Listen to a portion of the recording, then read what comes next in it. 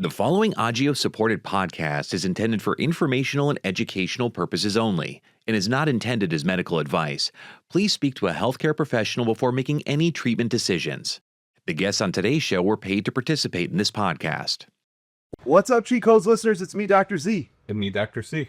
Dr. C, we have had a productive week in Stowe, Vermont. It's been great.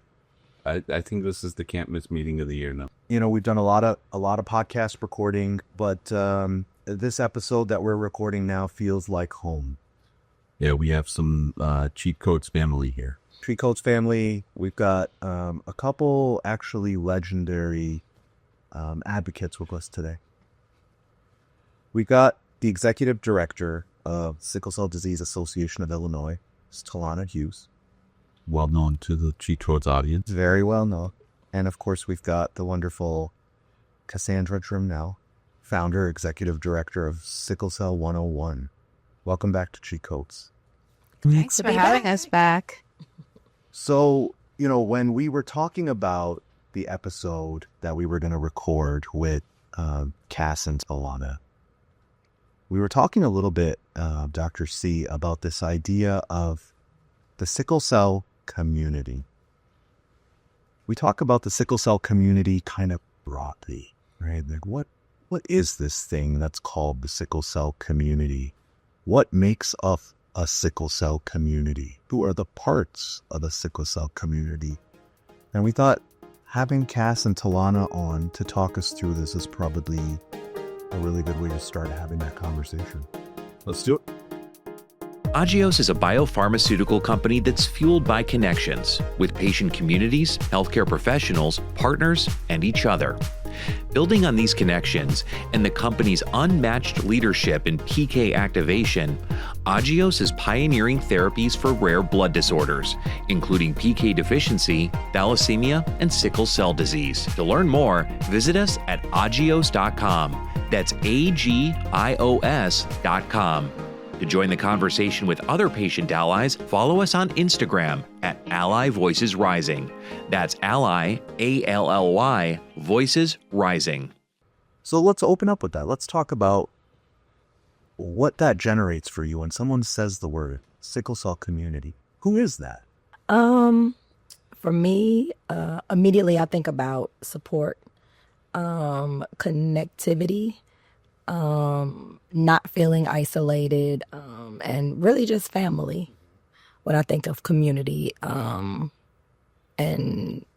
specifically as a caregiver, I think just having the ability to be able to connect with other individuals to assist in building a community outside of sometimes what the norm is, usually just your genetic family.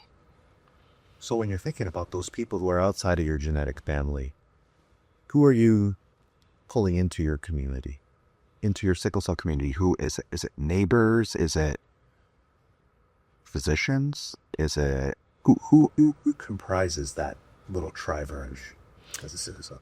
So other individuals that have children with sickle cell disease, other adults that have sickle cell disease, just to be able to share experiences. And again, it just brings me back to not feeling isolated and being able to talk through situations that a lot of times are, you feel like you're the only person going through it, but then being able to tap into other individuals that are sharing those same experiences, I would say starts there, but that's not the complete definition, I think, of all the individuals in the community. Cass, I'd love to hear from you. Well, let me try. I want to try something new. Oh, okay. I want to try out sickle cell communities, as in plural. Okay.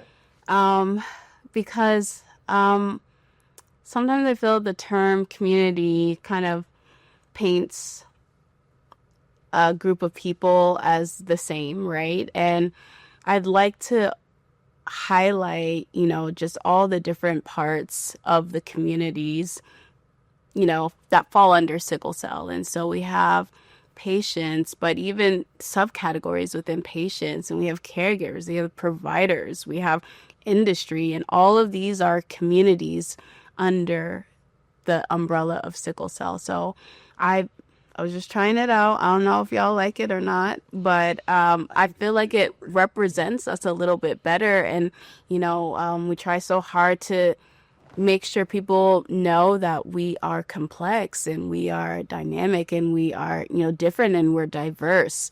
And so I think the word communities better represents us as, for sickle cell. That totally resonates with me because I feel like I'm part of the treater community. I have my doctor friends who all take care of sickle cell, and it's great to be around them, and we have a lot in common and we learn from each other. I'm also part of the Detroit community, and I have, my families that I work with and my nurse practitioners and my nurses and my social worker, my psychologist of the clinic, and we're sort of a community. So I like the idea that there are lots of communities. And Yeah.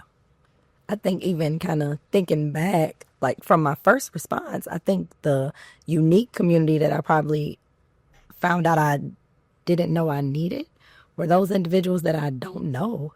And then maybe even like online community or just strangers that have along the way were interested or compassionate and learned a lot more about sickle cell disease probably than they started out. But just because of whatever relationship or how our paths cross, it just was an opportunity. It's very interesting. I'm contemplating this idea of, I don't even know. Like, I love this idea of multiple communities, but I also feel like I want to stay united across the communities too. Like, there still has to be a thread that makes us all one in the name of doing things better for sickle cell disease every day, right? I'm curious, when we talk about, these different communities, I know from the geographic standpoint of sickle cell disease, the global community is massive. Do you guys feel like there's a good integration between American sickle cell community and non-American sickle cell community, or do you think that's something we need to work on? I always think there's room for improvement, but I think, and this could be a biased answer, with the rise of social media, it makes our world smaller, right? And so, I'm able to interact with people online and not necessarily be where they are. And, they understand me, I understand them. And of course, there are cultural differences, right? And we acknowledge that. But also, there's that sameness and there's the, as you said, the common thread that keeps us together, which is sickle cell. Let me ask you guys this. The advocacy space within the sickle cell community, we're in a period in sickle cell disease where things are changing very fast. There's therapies, there's curative options. The last 10 years in sickle cell disease have been fast-paced. How have you guys seen the sickle cell community evolve during this really rapid period of change? What changes have you noticed, either positive or negative? I think positive is increase in hope, because for so long there weren't a lot of options or unique ways to address the individuality of the disease. So I think immediately hope has increased, but then how fast does the hope actually get addressed to then, create changes or improvements? Because my biggest thing is just the impact on quality of care and then access to it. So I think those are positives, but I think the negatives then would just be it trickles down fast, but then doesn't necessarily work as quickly or get to the patients as far as outcomes. Got it. Yep. Yes. I think it's really exciting that the pipelines have expanded for sickle cell. So I think Dr. Wally Smith said in a talk yesterday that we are at like 50 new potential therapies or investigational therapies. And so I've seen the community shift in that, where, growing up, we only had one or a couple options. And now, the world is kind of opening up for us in terms of treatments for sickle cell. So that's really very, very exciting. And we have new people coming into the space as well, because it is expanding, and sickle cell is getting a lot of media and press, which we need. We should have had a while ago. And so hopefully people are not necessarily hopefully people are seeing sickle cell become more of a household name, because I think when we started off back,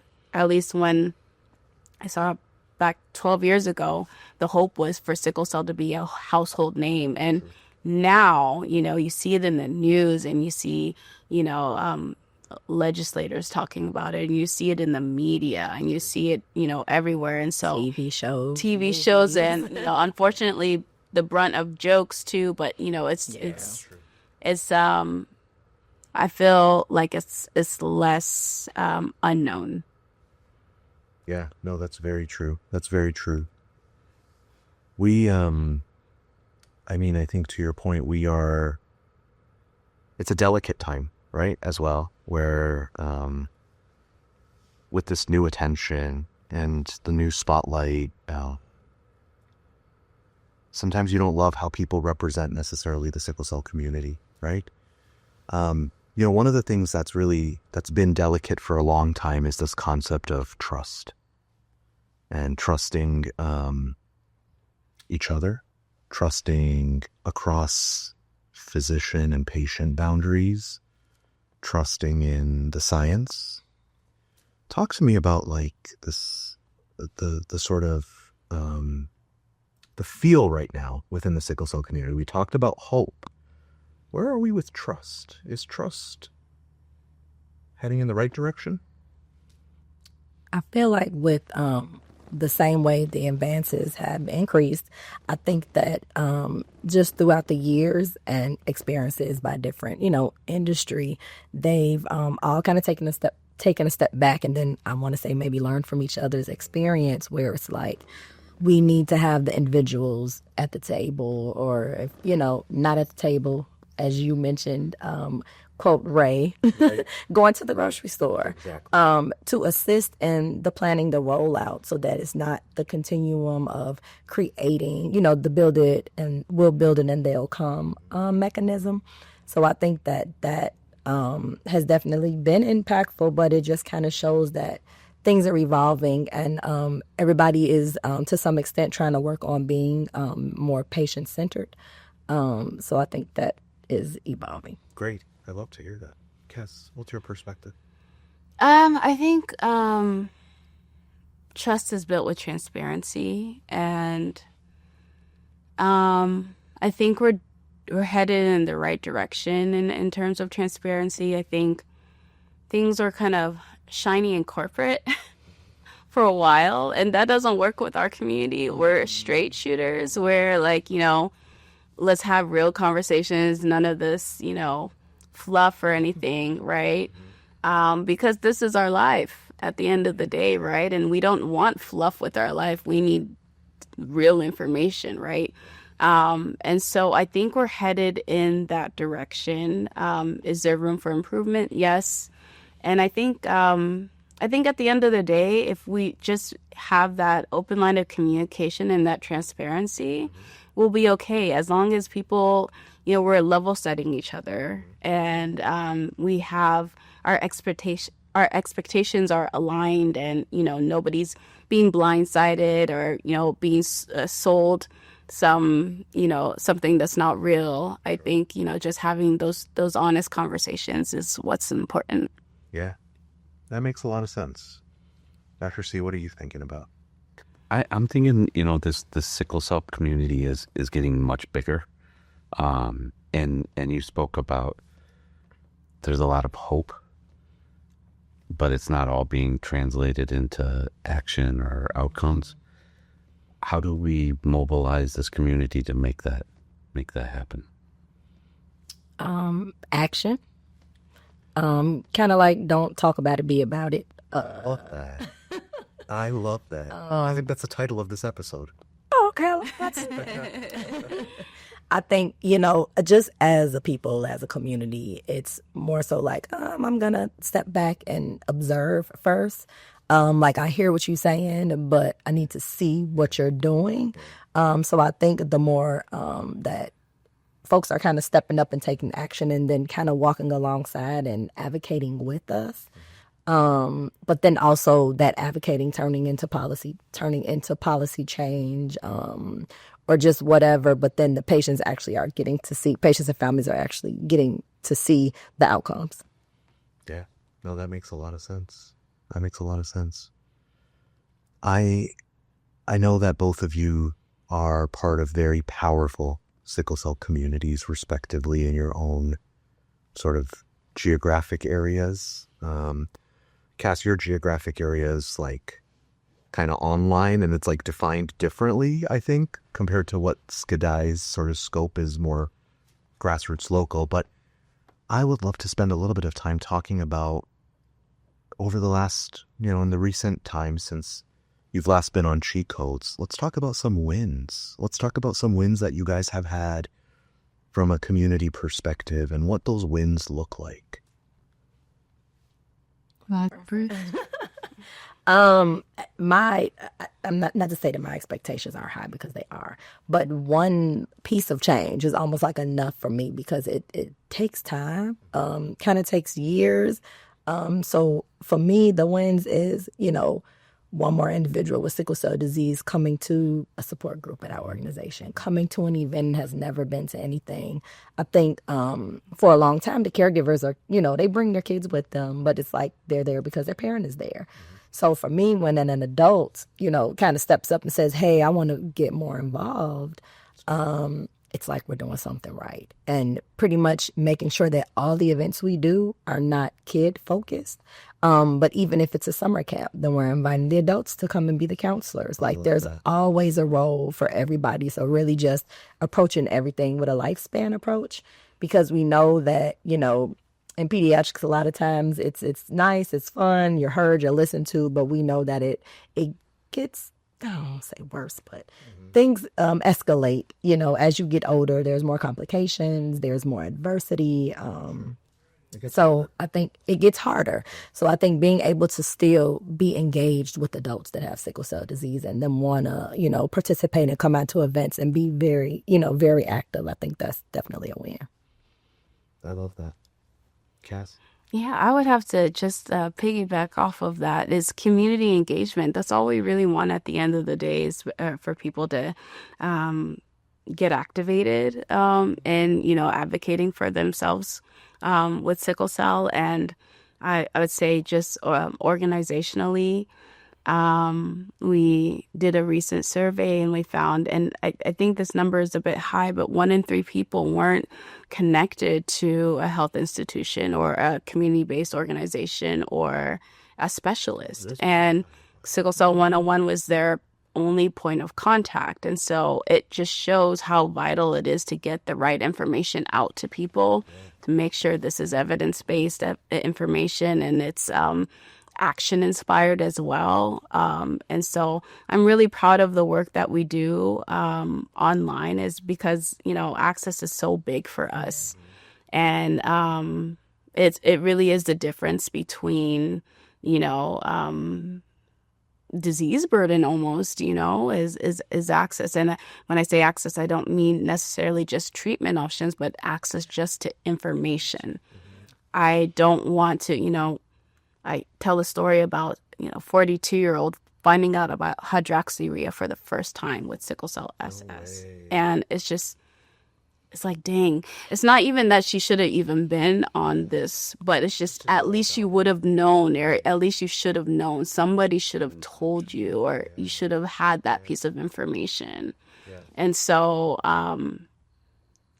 that's what keeps me going. That's what keeps, and there's still so much work to do, but it's really great to hear from the community that's, to understand, what the next steps look like for them, and, to get that information and to actually use it for their benefit. Yeah, I mean, for me over the last, I don't know now, 10, 15 years, it's kind of beautiful for me to see that the community evolving the way it has, to see how you all have mobilized individually, but also how you've mobilized together.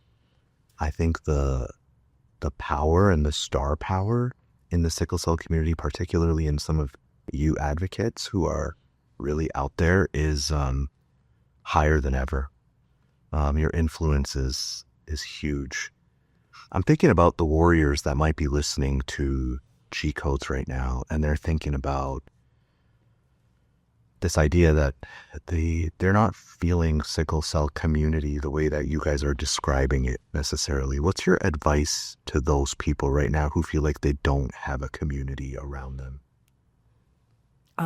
You want to go? You have to start somewhere. And there's a lot of disparities. You may not feel like you have access to, I don't know, a provider. There may not be a hematologist in your area. You may be the only person that you know that has sickle cell disease. So, depending on where you live, I always am avid in, doing a Google search, doing a little research to see what is happening around you. Because I think sometimes if things aren't like in your face, or if you're going to clinic visits and you never hear about said community support, then I think just kind of making an onus to say, well, let me take a step back and do my own research. And I think you will be able to find that there's a lot going on, but then you can kind of see where you want to fit in, if you want to fit in, or find something that you may be passionate about. And if then you find that it doesn't exist, then maybe be ready to step up and be that person for somebody else. Wow. Cass? I think part of a good quality of life for someone living with sickle cell is knowing another person with sickle cell. I really believe that. And so what we always encourage is building your tribe. And this doesn't necessarily mean, you have to know somebody in person. But, utilizing what's online, utilizing platforms like Sickle Cell 101 or, platforms like TaLana's and joining support groups. But you kind of have to have someone who gets it too, who understands just the look, or who understands just like what's not spoken. Yeah. Because sickle cell is so isolating, and you need to have someone who gets it. And so that's one of the things that we preach. And building a sickle cell tribe is, having a friend or somebody that you can talk to about sickle cell, but it's also your care team. Sure. And, having a doctor that advocates for you. And, there's such a small amount of adult hematologists. And so it's really just a doctor who gets you, who's willing to listen to you, who's willing to go to bat for you. And then having that care team, having, if you don't have parents, just building people who you can trust and that you can rely on in times of need. Wow. If somebody is out there listening to this and they don't have their tribe, how do they go find that tribe? Show up to the SCDA walk, or I was going to say Google like SCDAA convention. I think that conferences, the SCDA convention or the Sickle Cell Warrior with the consortium, like the Warriors Convention, I feel like as an organization, it's nothing better than a family feeling isolated. Mm-hmm. But then they have the opportunity to attend any of these events where then it's like, oh my God, there's a whole world of people out there that I didn't know existed. Right. So I think definitely, if you don't mind traveling or kind of putting yourself out there, I think that is definitely a great start. I'm going to say online. Online, and, we literally see relationships form within our platforms. We have this program called Ask the Experts, and people are DMing, send me a message, and, caregiver to caregiver, patient to patient, and they're halfway across the world, but it doesn't matter. Now that they're connected, they have that person. And so, accessibility, it goes down to accessibility at the end of the day. Not everybody can travel, or not everybody, is able to, attend some of these meetings, but a lot of these meetings are also hybrid too. So, just stay informed at the end of the day. Yeah, no, I mean, it's spot on. Look, I continue to be just in admiration of the two of you as people who are changing what good looks like for advocacy and building of sickle cell communities, whether physically or virtually. The work you all do is very necessary and has never been more important than it is today. And for that, you have all my gratitude. Dr. C? Yeah, I've really enjoyed over the last decade seeing more and more people coming into the sickle cell advocacy space. And I think the knock early on was that there was this cacophony of voices and, beef. And it was, I see a difference now. I think everyone's getting together, realizing we're part of one community, speaking more with one voice. And I think that's very powerful, and it's really going to move the community forward. And I'm so happy to have two of the really leaders in that here tonight. Yeah, thank you guys for guiding us into what hopefully will be a really exciting future for sickle cell disease. Thank you. Don't think we can do this without compassionate, empathetic providers that are willing to put themselves out there to improve and advocate for sickle cell disease. Amen. Absolutely. Awesome, guys. Thank you.